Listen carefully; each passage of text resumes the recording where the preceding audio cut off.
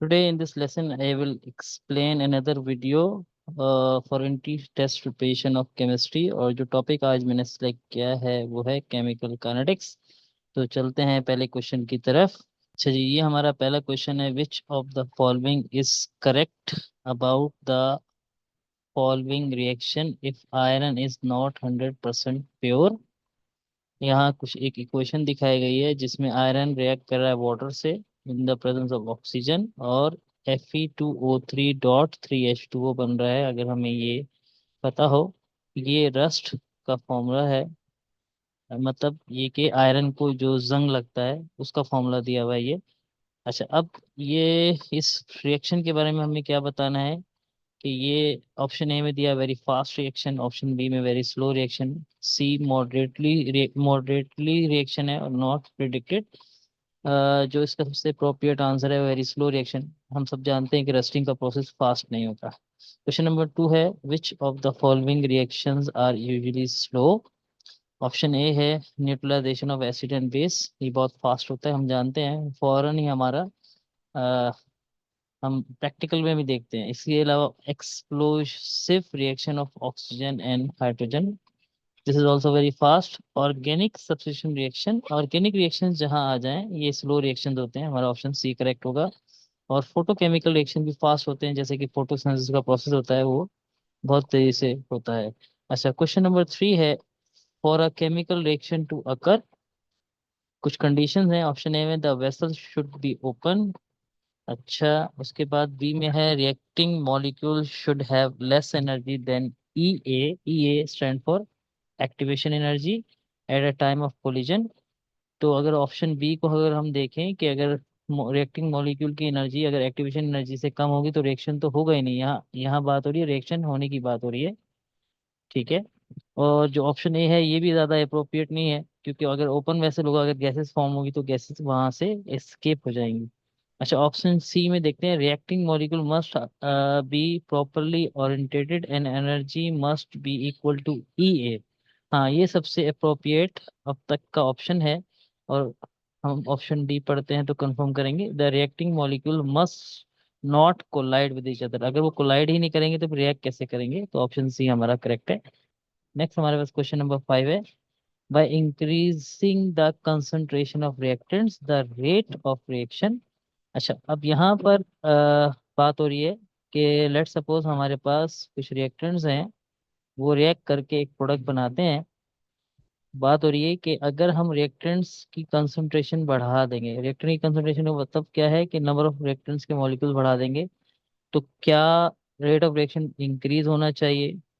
Obviously according to collision theory ये कहती है कि जब रिएक्टेंट्स की कंसंट्रेशन बढ़ाएंगे तो नंबर ऑफ रिएक्टिंग मॉलिक्यूल बढ़ जाएंगे और नंबर ऑफ कोलिजन भी बढ़ जाएंगे, तो रेट ऑफ रिएक्शन बढ़ जाएगा। तो ऑप्शन बी करेक्ट होगा। अच्छा, अब नेक्स्ट है question number 6, select the correct rate law from the given data. अच्छा, अब यहाँ पर हमें और जो यहाँ पर इन्होंने एक कंसंट्रेशन मॉलिक्यूल ए की दी हुई है, एक कंसंट्रेशन मॉलिक्यूल बी की दी हुई है। अच्छा, अब इन दोनों के दरमियान हमने और इनके रेट ऑफ रिएक्शन दिए हुए हैं, और यहाँ 1 2 3 4 एक्सपेरिमेंट की वैल्यू दी गई है।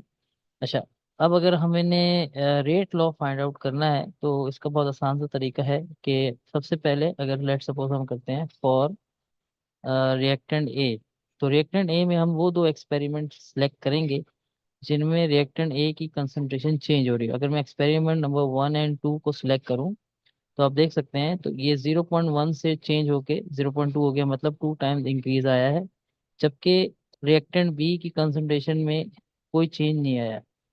तो ये एक बेस्ट, मतलब ये दो रिएक्ट एक्सपेरिमेंट्स हैं जो कि हम सिलेक्ट कर सकते हैं जबकि हम ऑर्डर मालूम करने जा रहे हैं रिएक्टिंग ए का। अच्छा, अब हम देखेंगे कि हमारा जो है रेट कितना चेंज हुआ है। तो अगर आप देखें कि ये 2 एक्सपोनेंट -5 से चेंज हो गया 4 एक्सपोनेंट -5, मतलब ये भी 2 टाइम्स चेंज हो गया है। तो दोनों ही सेम चेंज हुए हैं, दोनों का अगर मैं रेशो लूँ 2:2, तो हमारे पास जो रेट आता है या ऑर्डर आता है वो 1 आता है, तो इसका मतलब है ए का ऑर्डर 1 है। सिमिलरली अब मैं बी रिएक्टिंग के ऊपर फोकस करता हूँ। तो बी रिएक्टेंट के लिए भी मुझे दो एक्सपेरिमेंट ऐसे पिक करने हैं जिसमें बी में चेंज आ रहा हो। अच्छा, अब अगर आप गौर से देखें, यहाँ पर एक्सपेरिमेंट नंबर 2 और 3 में चेंज आ रहा है, लेकिन यहाँ पर ए भी चेंज हो रहा है, तो मैं फिर ये पिक नहीं कर सकता। ठीक है। अच्छा, तो ये हम इसको पिक नहीं करेंगे। लेकिन अगर हम एक्सपेरिमेंट नंबर 2 और 4 को गौर से देखें, तो 2 और 4 में ये 0.1 से 0.2 मतलब 2 टाइम्स बढ़ रहा है, जबकि ये 0.2 से 0.2 सेम है। तो ये हमारे एक्सपेरिमेंट नंबर 2 और 4 बेस्ट रहेगा। अब मैं देखता हूँ कि एक्सपेरिमेंट नंबर 2 और 4 में रेट कितना चेंज हो रहा है। ये चेंज हो रहा है 4 एक्सपोनेंट -5 से चेंज होके 8 एक्सपोनेंट -5 हो गया, ऑलमोस्ट ये भी डबल हो गया है। तो सेम कंडीशन है, मतलब अगर मैं रेशियो लगाऊं 2:2 का, तो सिंप्लीफाई होके जो हमारा ऑर्डर बनता है वो भी 1 बनता है, तो इसका मतलब है बी का ऑर्डर भी 1 है। तो अब हमारा जो रेट लॉ लिखा जाएगा वो ऑप्शन ए का लिखा जाएगा, क्योंकि ऑप्शन ए में हमारा ए की पावर 1 है, बी की पावर भी 1 है। तो हमारा ऑप्शन ए करेक्ट होगा। नेक्स्ट क्वेश्चन, क्वेश्चन नंबर 7 है, the rate of reaction involving ions can be studied by. Option A है स्पेक्ट्रोमेट्रिक मेथड, बी है डायलोमेट्रिक मेथड, सी है ऑप्टिकल रोटेशन मेथड, डी है इलेक्ट्रिकल कंडक्टिविटी मेथड। अगर हम इलेक्ट्रिकल कंडक्टिविटी की बात करें, तो इलेक्ट्रिकल कंडक्टिविटी उसी वक्त पॉसिबल है कि जब हमारे पास आयंस मौजूद हो, क्योंकि वही इलेक्ट्रिसिटी कंडक्ट करते हैं। तो ऑप्शन डी करेक्ट होगा। क्वेश्चन नंबर 8 है, which of the following method for the rate determination is useful for those reaction which involve small volume change in solution. Again हमारे पास सेम टाइप के ही options हैं। एक है स्पेक्ट्रोमेट्रिक मेथड है, दूसरा है डायलोमेट्रिक। डायलोमेट्रिक में क्या होता है कि थोड़ा थोड़ा अमाउंट हम वॉल्यूम का चेंज करते हैं, तो ऑप्शन बी करेक्ट होगा। अच्छा, ऑप्शन सी में ऑप्टिकल रोटेशन का मतलब है कि इसका लाइट से ताल्लुक है, और स्पेक्ट्रोमेट्रिक का भी ऑलमोस्ट एक लाइट से ही ताल्लुक है, तो हमारा ऑप्शन बी ही करेक्ट है। क्वेश्चन नंबर 9 है, which method for the rate determination of is applicable to reaction in solutions where there are change in refractive index. तो बेसिकली डायरेक्टली अगर हम समझ लें, तो इस तरह के एमसीक्यू शो करने का मकसद ये है कि इस तरह के हम इन्हीं मतलब वर्ड से पिक कर सकते हैं कि क्या होगा। तो इसका ऑप्शन सी करेक्ट होगा। अच्छा, क्वेश्चन नंबर 10 है, the specific rate constant of the chemical reaction is the rate of the reaction when the concentration of the reactant is. इसका ये नॉलेज बेस्ड क्वेश्चन है बेसिकली। इसको कहते हैं इक्वल टू यूनिटी। अगर आपको याद हो, रेट बराबर होता है के कंसंट्रेशन ऑफ, लेट सपोज हमारा रिएक्टेंट ए है, फर्स्ट रिएक्टेंट है, रिएक्टेंट बी सेकंड रिएक्टेंट है। तो जब हम कंसंट्रेशन ऑफ ए बराबर कर देते हैं बी के, और दोनों की वैल्यू 1 हो जाए, तो उस वक्त आपका रेट के बराबर हो जाता है। तो इस रेट कांस्टेंट को स्पेसिफिक रेट कांस्टेंट कहते हैं, मतलब जब हमारे कंसंट्रेशन हम यूनिटी के बराबर कर दें। तो इसलिए हमारा ऑप्शन सी करेक्ट है। ठीक है, नेक्स्ट क्वेश्चन हमारा क्वेश्चन नंबर 11 है, the unit of the rate constant of second order reaction. तो हमें सेकंड ऑर्डर रिएक्शन का जो रेट कांस्टेंट का यूनिट है वो डिटरमाइन करते हैं। लेट्स सपोज हमारे पास एक रेट इक्वेशन है, रेट जो है इक्वल है के इंटू कंसंट्रेशन ऑफ रिएक्टेंट है। फर्स्ट रिएक्टेंट है उसका फर्स्ट ऑर्डर है, सेकंड रिएक्टेंट है बी, उसका भी फर्स्ट ऑर्डर है, तो ये हमारा बनेगा सेकंड ऑर्डर रिएक्शन। अच्छा, अब रेट का जो हमारे पास सिंपल यूनिट है, वो रेट का यूनिट हमारे पास क्या होता है, concentration upon time. Let suppose concentration को मैं सी से रिप्रेजेंट करता हूँ, और टाइम के लिए हम सेकंड यूज कर लेते हैं। के का हमने फाइंड करता है कि वैसे रहने दे, और यहाँ पर ये भी हमारा सी आएगा और ये भी सी आएगा, क्योंकि हम बात कर रहे हैं रिएक्टेंट्स की। अच्छा, अब ये यहाँ पर हो जाएगा सी अपॉन सेकेंड, ये हो जाएगा के, और ये सी स्क्वायर हो जाएगा। सी स्क्वायर यहाँ के से मल्टीप्लाई हो रहा है, वहां जाके क्या होगा, डिवाइड होगा। तो इसको हम इस तरह से लिख सकते हैं कि c upon second c square equal to k. ये कैंसिल होके एक ये एक इसका सी कैंसिल हो जाता है। तो बेसिकली जो हमारे पास के का यूनिट बन रहा है वो सेकेंड और सी बन रहा है। अगर आपको याद हो, मैंने सी सिंबल यूज किया था कंसंट्रेशन के लिए, और कंसंट्रेशन का जो यूनिट होता है वो क्या होता है? वो होता है मोल DM-3। तो मैं अब ये सी की जगह पर ये पुट कर देता हूँ, तो ये हो जाएगा 1/2 अपनी जगह पर है। उसके बाद हमारे पास आएगा मोल, आएगा मोल के बाद आएगा DM-3।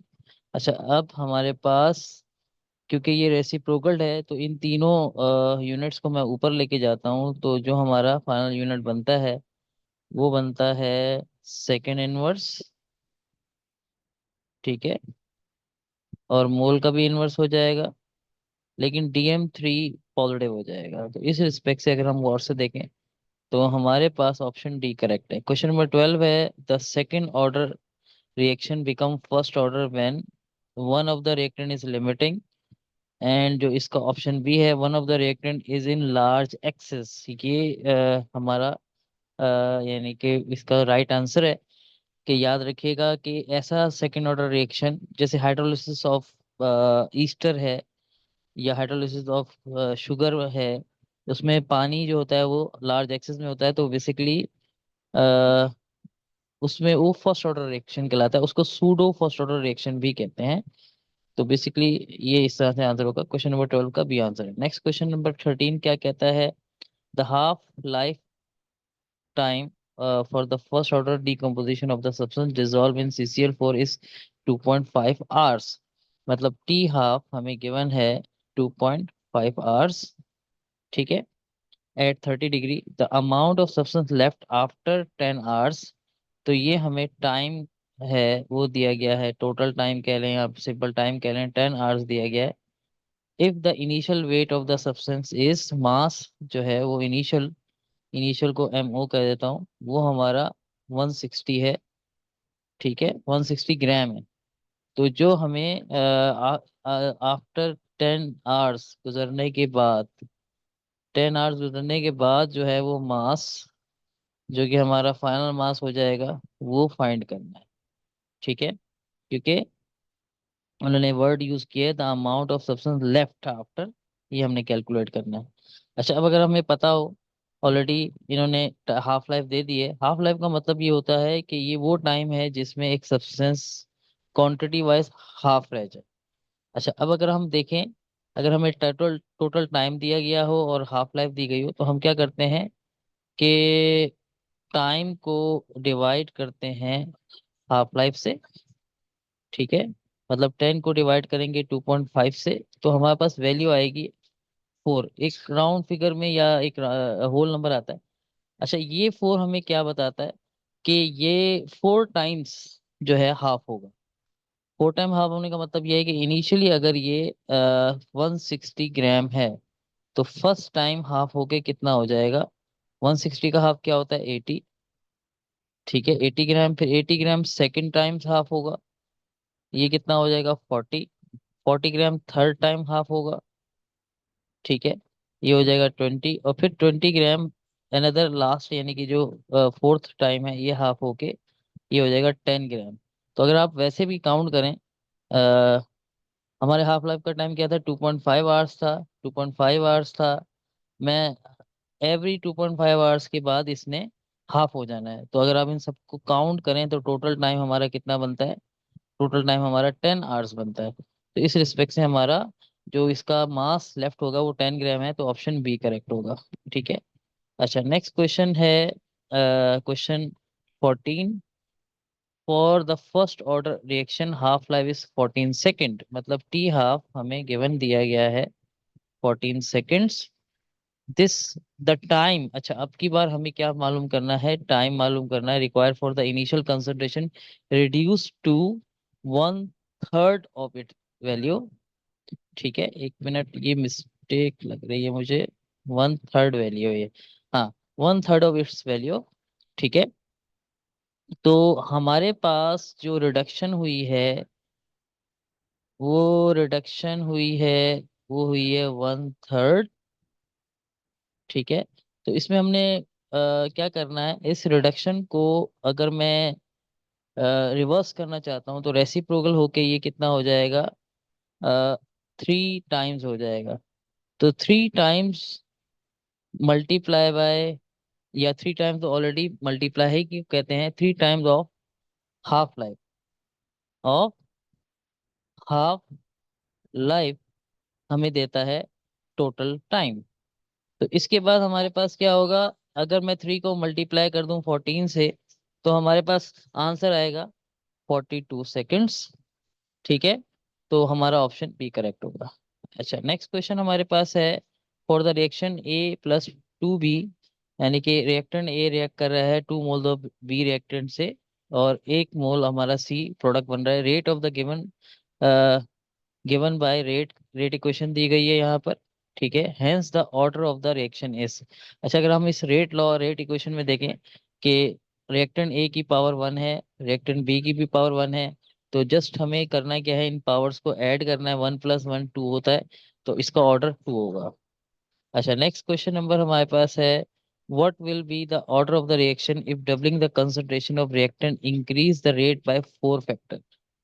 अच्छा, यानी कि अगर ये हमारी कंसंट्रेशन है, रिएक्टेंट है, रेट है, मतलब कंसंट्रेशन को हम अगर क्या लिखा गया है, डबलिंग कर रहे हैं, मतलब 2 टाइम्स बढ़ा रहे हैं, तो रेट हमारा 4 टाइम्स इंक्रीज हो रहा है।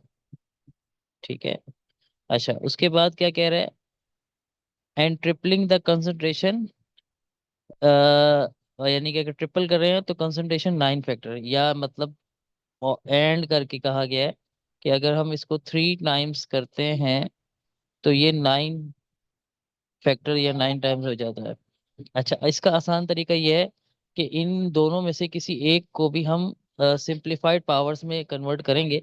मतलब क्या है कि अगर मैं कंसंट्रेशन ऑफ या फिर रेट के दरमियान जो है, ये 2 की पावर 1 हो जाएगी रेशो।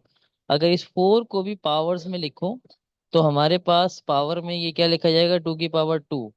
या फिर ये जो नीचे वाली वैल्यूज है इसको भी हम चेक कर लेते हैं, ये 3 की पावर 1 में लिखा जाएगा और ये भी 3 की पावर 2। तो ये जो पावर है, ये पावर बेसिकली हमें बताएगा ऑर्डर क्या है। तो रेट की जो भी पावर बनती है वही हमारा ऑर्डर होता है। तो इस रिस्पेक्ट से हमारा ऑप्शन बी, यानी कि 2 करेक्ट है, ये सेकंड ऑर्डर रिएक्शन है।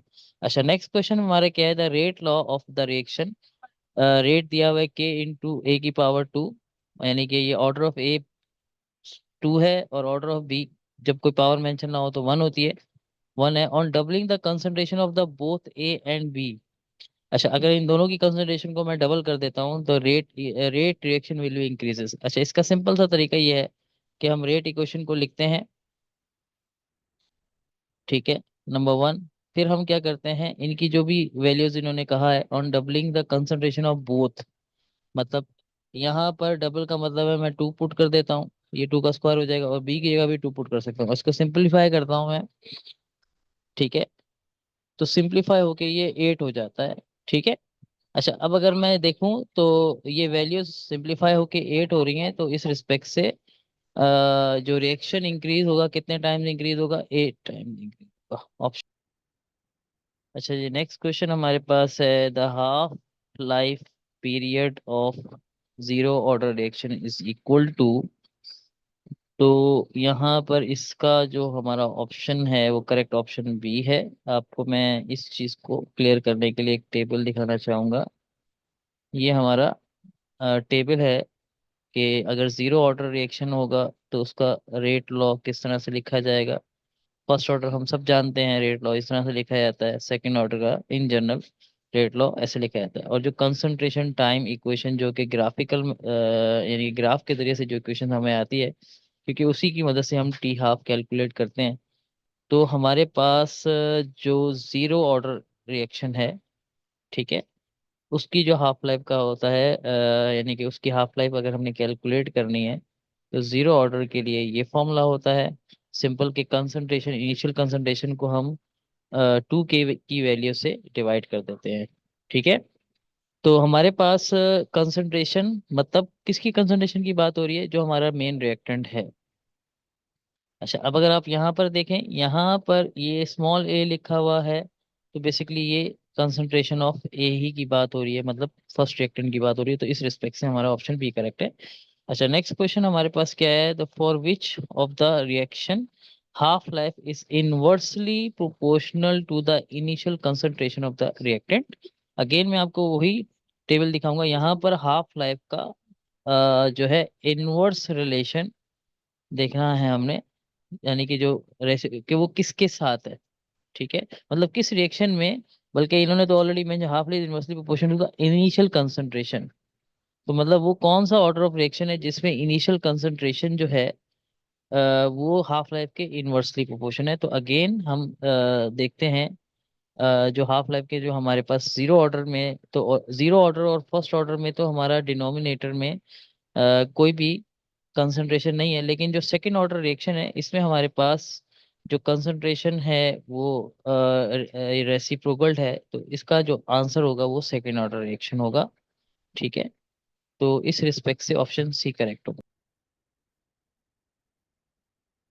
नेक्स्ट क्वेश्चन, क्वेश्चन नंबर 20 हमारा, the rate constant of the reaction is 3 exponent minus 3 mole DM3 second inverse, the order of the reaction. अच्छा, हमें यहाँ इस क्वेश्चन में सिर्फ और सिर्फ रेट कांस्टेंट की वैल्यू और उसका यूनिट गिवन है, और उसकी मदद से हमने क्या कैलकुलेट करना है, the order of the reaction. अच्छा, अब सवाल ये पैदा होता है कि रेट कांस्टेंट का ये यूनिट कैसे बनेगा। अगर हम रेट लॉ लिखें तो रेट लॉ के अकॉर्डिंग रेट बराबर होता है K into concentration of A and concentration of B, ठीक है।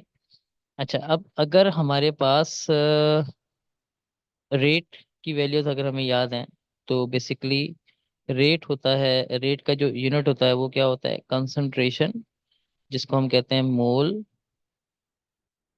DM-3, और इसको हम डिवाइड करते हैं किससे, सेकंड से।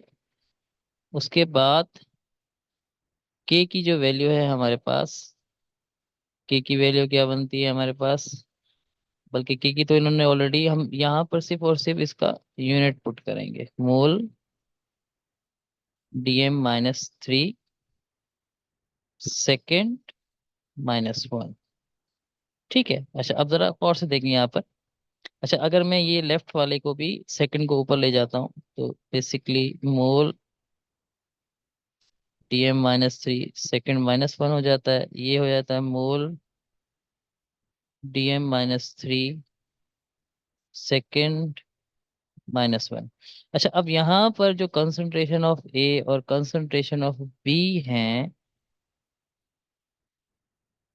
अगर ये जीरो हो जाए, जीरो होने का मतलब ये है कि अगर किसी की पावर जीरो हो जाएगी तो इसका मतलब है वो किस में कन्वर्ट हो जाएगा, वो वन में कन्वर्ट हो जाएगा, ठीक है।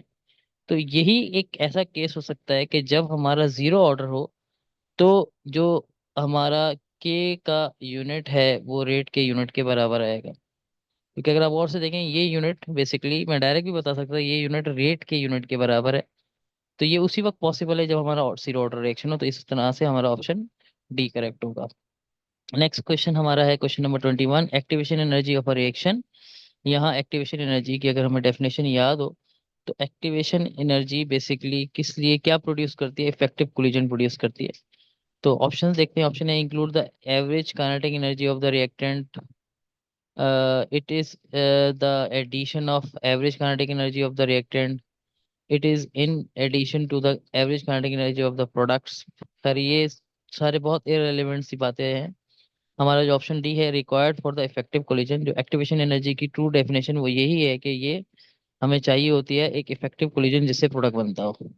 अच्छा, नेक्स्ट क्वेश्चन नंबर 22 है, e a appears as a potential energy hill between dash of the carrying out the reaction. अगर आपको याद हो, तो हमारा जो एक एनर्जी डायग्राम बनता है वो कुछ इस तरीके से, इस शेप का बनता है, जिसमें एक लेफ्ट साइड पे रिएक्टेंट होता है, राइट साइड पे प्रोडक्ट होता है।